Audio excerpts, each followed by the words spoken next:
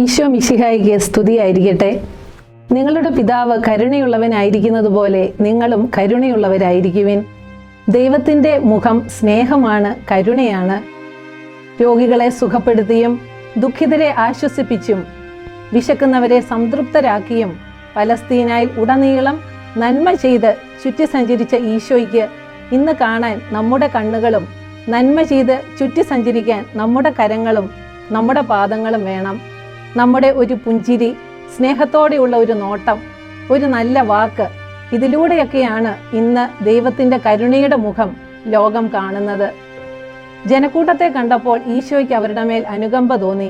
അതെ, രോഗികളോട്, ദരിദ്രരോട്, എളിയവരോട്, പുറന്തള്ളപ്പെട്ടവരോട് അനുകമ്പ കാട്ടുമ്പോഴാണ് ക്രിസ്തു ശിഷ്യൻ തിരിച്ചറിയപ്പെടുക.